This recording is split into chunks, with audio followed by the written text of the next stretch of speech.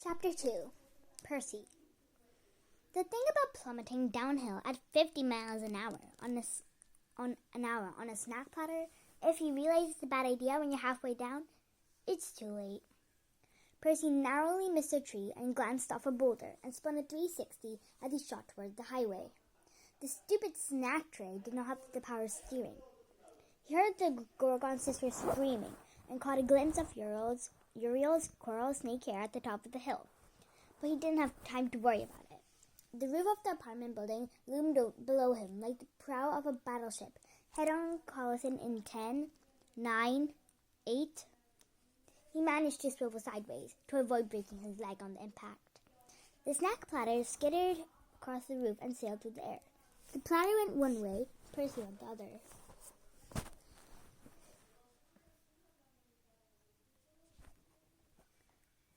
As he fell toward the highway, a horrible scenario flashed through his mind. His body smashing against an SUV's windshield. Some annoyed commuter trying to push him off with the wipers. Stupid 16-year-old falling from the sky. I'm late. Miraculously, a gust of wind blew him to one side, just enough to miss the highway and crash into a clump of bushes. It wasn't a soft landing, but it was better than asphalt. Percy groaned. He wanted to lie there and pass out, but he had to keep moving. He struggled to his feet. His hands were scratched up, but no bones seemed to be broken. He glanced up the hill. The Gorgons were hard to miss, with their colorful snake hair and their bright green bergamot vests. They were picking their way down the slope, going slower than Percy, but with a lot more control. Those chicken feet must have been good for climbing. Percy figured he maybe had 5 minutes before they reached him. Next to him, a tall chain-link fence separated the highway from a neighborhood of winding streets, cozy houses, and a tall eucalyptus tree. The fence was probably there to keep people from getting on the highway and doing stupid things, like sledding into the fast lane on snack trays. But the chain link was full of big holes. Percy could easily slip through into the neighborhood, but he could find a car and drive west to the ocean. He didn't like stealing cars, but over the past few weeks in life and death situations, he'd borrowed several, including a police cruiser. He'd meant to return them, but they never seemed to last long. He glanced east. Just as he figured, 100 yards uphill, the highway cut through the base of the cliff. 2 tunnel entrances, one for each direction of traffic, stared down at him like the eye sockets of a giant skull. In the middle, where the nose would have been, a cement wall jutted from the hillside, with a metal door like the entrance to a bunker. It might have been a maintenance tunnel. That's probably what mortals thought. If they noticed the door at all. But they couldn't see through the mist. Percy knew the doors more than that. 2 kids in armor flanked the entrance. They wore a bizarre mix of plumed Roman helmets, breastplates, scabbards, blue jeans, purple t-shirts, and white athletic shoes. The guard on the right looked like a girl, though it was hard to tell for sure with all the armor. The one on the left was a stocky guy with a bone quiver on his back. Both kids held long wooden staffs with iron spear tips, like old-fashioned harpoons. Percy's entire internal radar was pinging like crazy. After so many horrible days, he'd finally reached his goal. His instincts told him that if he could make it inside the door, he might find safety for the first time since the wolves had sent him south. So why did he feel such dread? Farther up the hill, the Gorgons were scrambling over the roof of the apartment complex. 3 minutes away, maybe less. Part of him wanted to run to the door of the hill. He'd have to cross the median of the highway, but then it would be a short sprint. He could make it before the Gorgons reached him. Part of him wanted to head west to the ocean. That's where he'd be safest. That's where his power would be greatest. Those Roman guards at the door made it easy. Something inside him said, "This isn't my territory. This is dangerous." "You're right, of course," said a voice next to him. Percy jumped. At first he thought it'd be no had managed to sneak up on him. But the old lady sitting in the bushes was even more repulsive than Gorgon. She looks like a hippie who'd been kicked to the side of the road maybe 40 years ago, where she'd been collecting trash and rags ever since. She wore a dress made of tie-dye cloth, ripped up quilts, and plastic grocery bags. Her frizzy mop of hair was grey-brown, like root beer foam, tied back with a peace sign headband. Warts and moles covered her face. When she smiled, she showed exactly 3 teeth. "It isn't just a maintenance tunnel," she confided. "It's entrance to camp." A jolt went up Percy's spine. Yes, that's where he was from, at camp. Maybe this was his home. Maybe Annabeth was close by. But something felt wrong. The Gorgons were still on the roof of the apartment building. Then Stencil shrieked in delight and pointed in Percy's direction. The old hippie raised her eyebrows. "Not much time, child. You need to make your choice." "Who are you?" Percy asked, though he wasn't sure he wanted to know. The last thing he needed was another harmless mortal who turned out to be a monster. "Oh, you can call me June." The old lady's eyes sparkled as if she made an excellent joke. "It is June, isn't it? They named the month after me." "Okay, look, I should go. 2 Gorgons are coming. I don't want them to hurt you." June clasped her hand over her heart. "How sweet. But that's part of your choice." "My choice?" Percy glanced up nervously towards the hill. The Gorgons had taken off their green vests. Wings sprouted from their backs. Small bat wings, which glinted like brass. Since when did they have wings? Maybe they were ornamental. Maybe they were too small to get a Gorgon into the air. Then the 2 sisters leaped off the apartment building and soared towards him. Great. Just great. "Yes, a choice," June said, as if she was in no hurry. "You can leave me here at the mercy of the Gorgons and go to the ocean. You'd make it there safely, I guarantee. The Gorgons will be quite happy to attack me and let you go. In the sea, no monster would bother you. You could begin a new life, live to a ripe old age, and escape a great deal of pain and misery that is in the future. Or," Percy is pretty sure he's going to like the second option. Or you could do a good deed for an old lady," she said. "Carry me to the camp with you." "Carry you?" Percy hoped she was kidding. Then June hiked up her skirts and showed him her swollen purple feet. "I can't get there by myself. Carry me to camp, across the highway, through the tunnel, across the river." Percy didn't know what river she meant, but it didn't sound easy. June looked pretty heavy. The Gorgons were only 50 yards away now, leisurely gliding towards him as if they knew the hunt was over. Percy looked at the old lady. "And I carried you to this camp because it's a kindness," she said. "And if you don't, the gods will die, the world we know will perish, and everyone from your old life will be destroyed. Of course you wouldn't remember them, so I suppose it won't matter.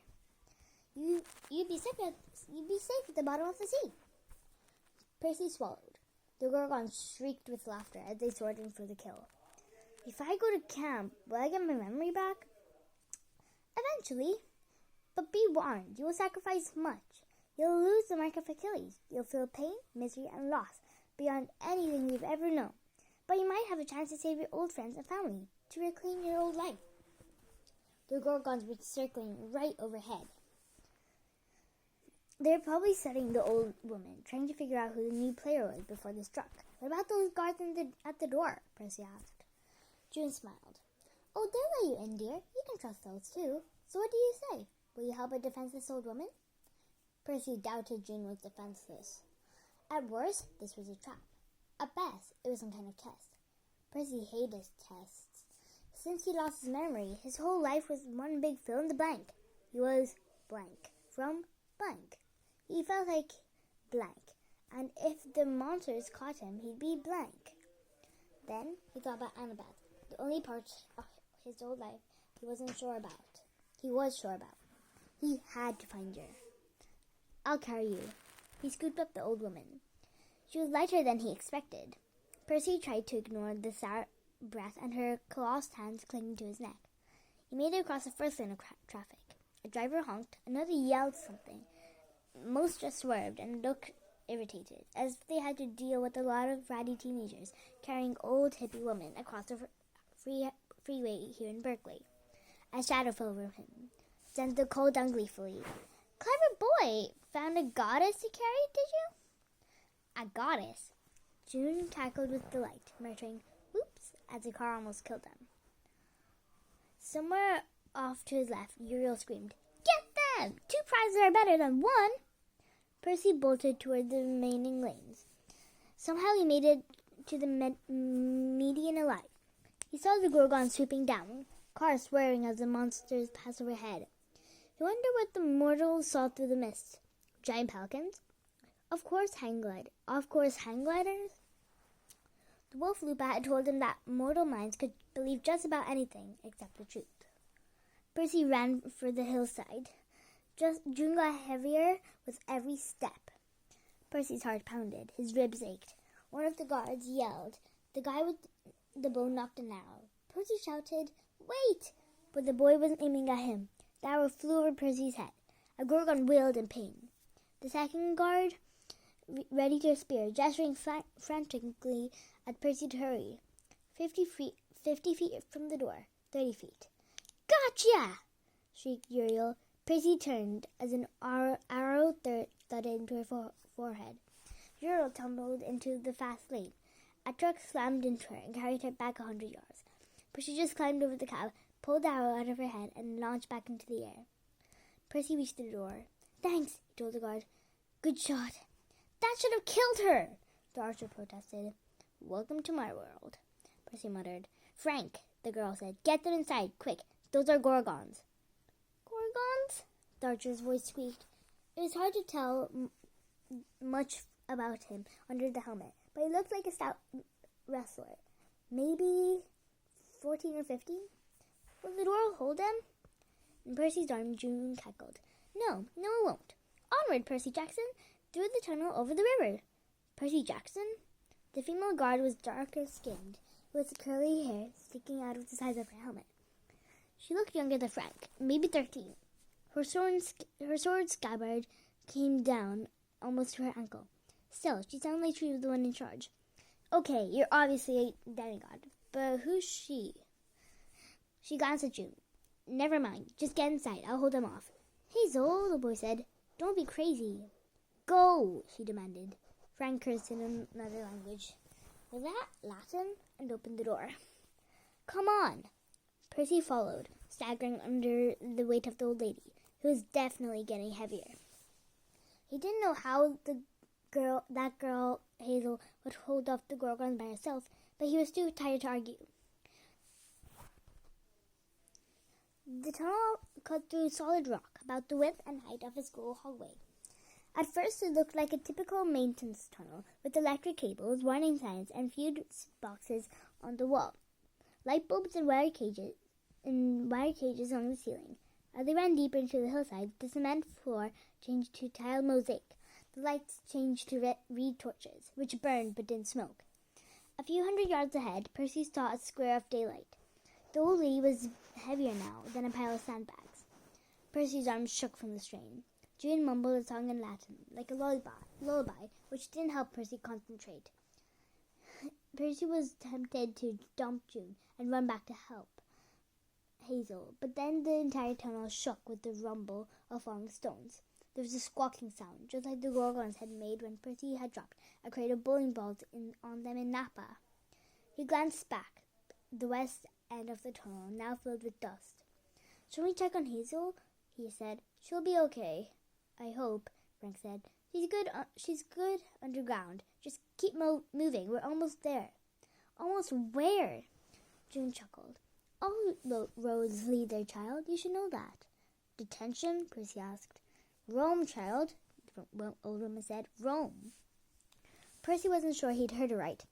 True, his memory was gone. His brain hadn't felt right since he woken up at the Wolf House, but he was pretty sure Rome wasn't in California. They kept running. The glow at the end of the tunnel grew brighter, and finally they burst into sunlight. Percy froze. Spread out at his feet was a bowl-shaped valley several miles ahead. The base and floor was rumpled with smaller hills, golden plains and stretches of forest. A small clear river cut a winding course from a lake in the center and around the perimeter, like a capital G. The geography could have been the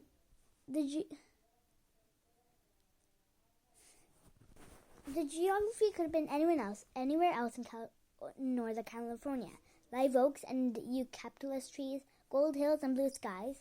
The big inland mountain, what was it called? Mount Diablo? Rose in the distance, right where it should be. But Percy felt like he'd stepped into a secret world. In the center of a valley nestled by the lake was a small city of white marble, with red-tiled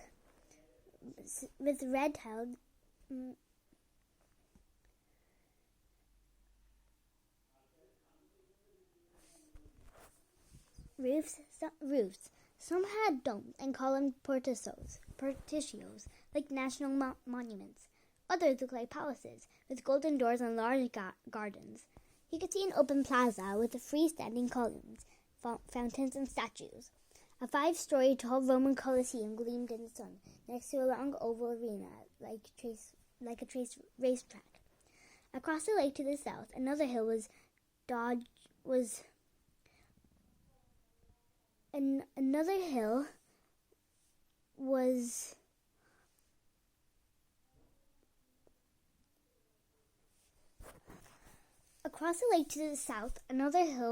dotted with even more impressive buildings. Temples, Percy guessed. Several stone bridges crossed the river as it wound through the valley, and in the north, a long line of brickwork arches stretched from the hills into the town. Percy thought it looked like an elevated train track, but then he realized it must have been an aqueduct. The strangest part of the valley was right below him, about 200 yards away, just across the river, was some sort of military encampment. It was about a quarter-mile square, with earthen ramparts on all 4 sides, the tops lined with sharpened spikes. Outside the wall ran a dry moat, also studded with spikes.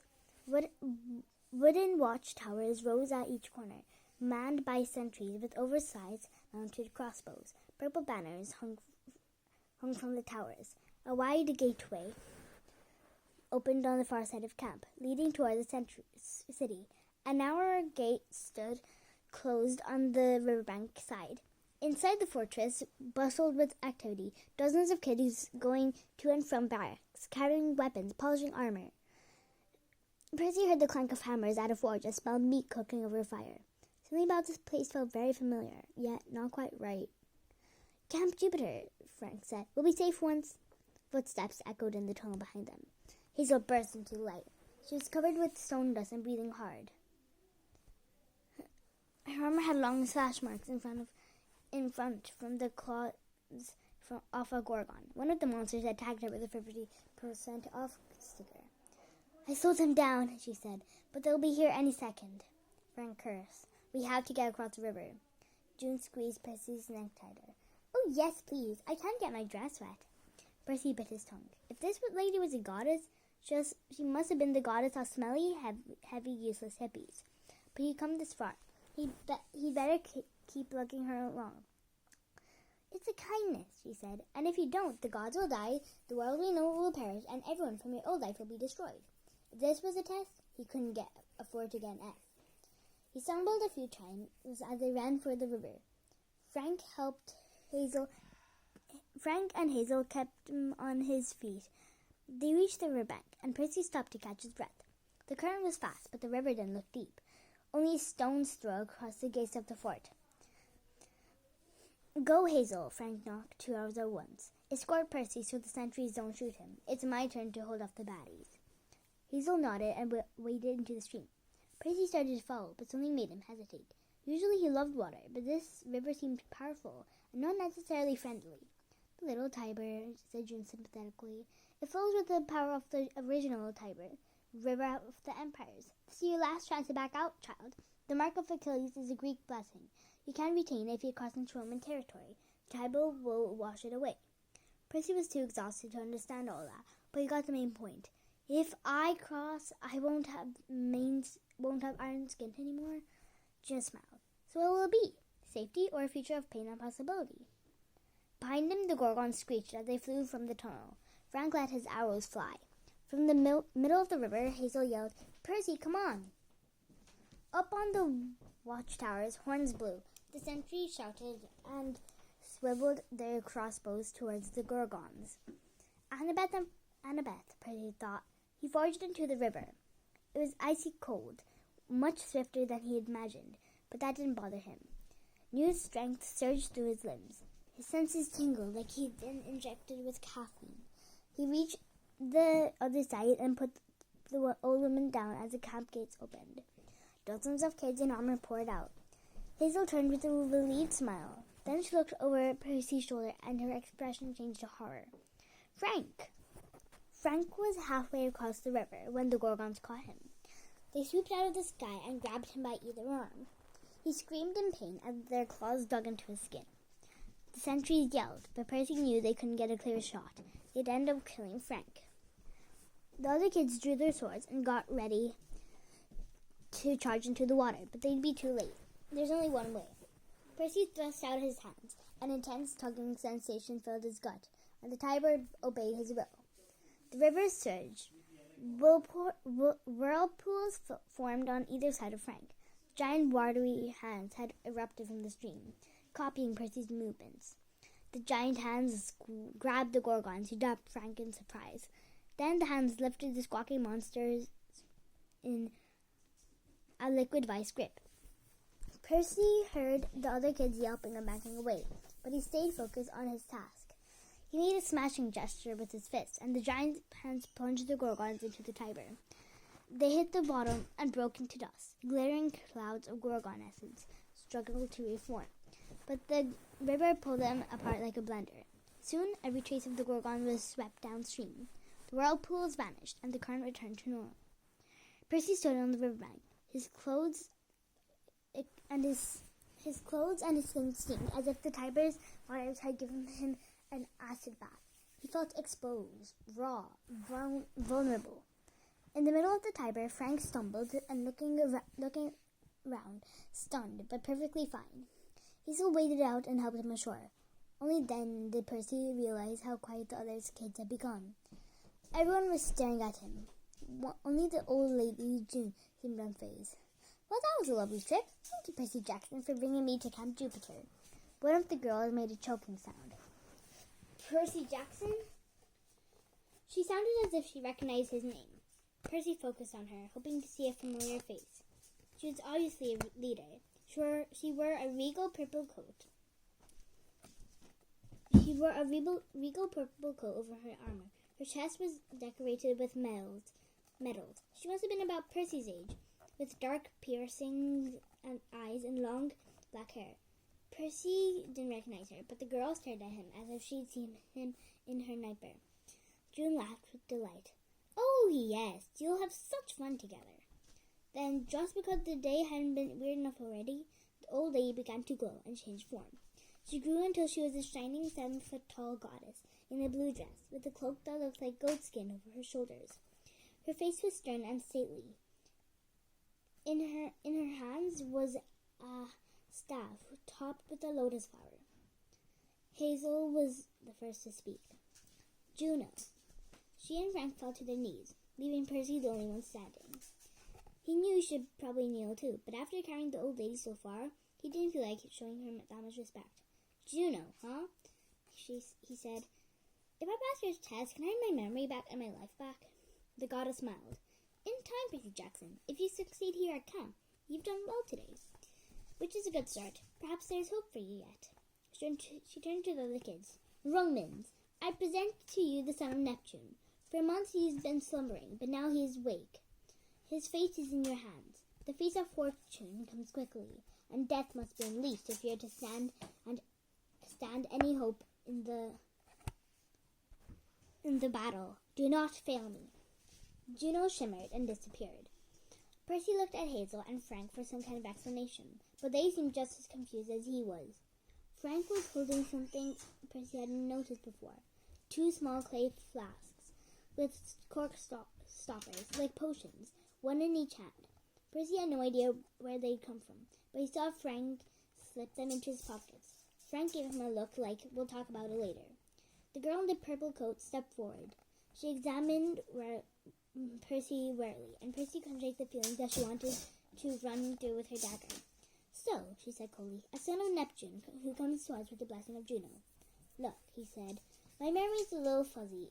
It's gone, actually. Do I know you?" The girl hesitated. "I am Reyna, Praetor of the 12th Legion. And no, I don't know you." The last part was a lie. Percy could tell from her eyes, but he also understood that if he argued with her about... The last part was a lie. Percy could tell from her eyes, but he also understood that if he argued with her about it here, in front of her soldiers, she wouldn't appreciate it. "Hazel," said Reyna, "bring him inside. I want to question him at the Principia. Then we'll send him up to Octavian. We must consult with the auguries before we decide what to do with him."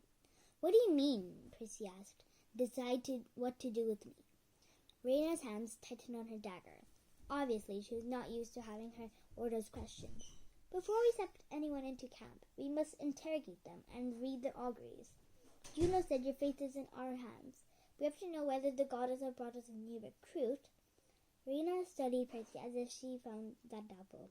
"Or," she said more hopefully, "if she brought us an enemy to kill."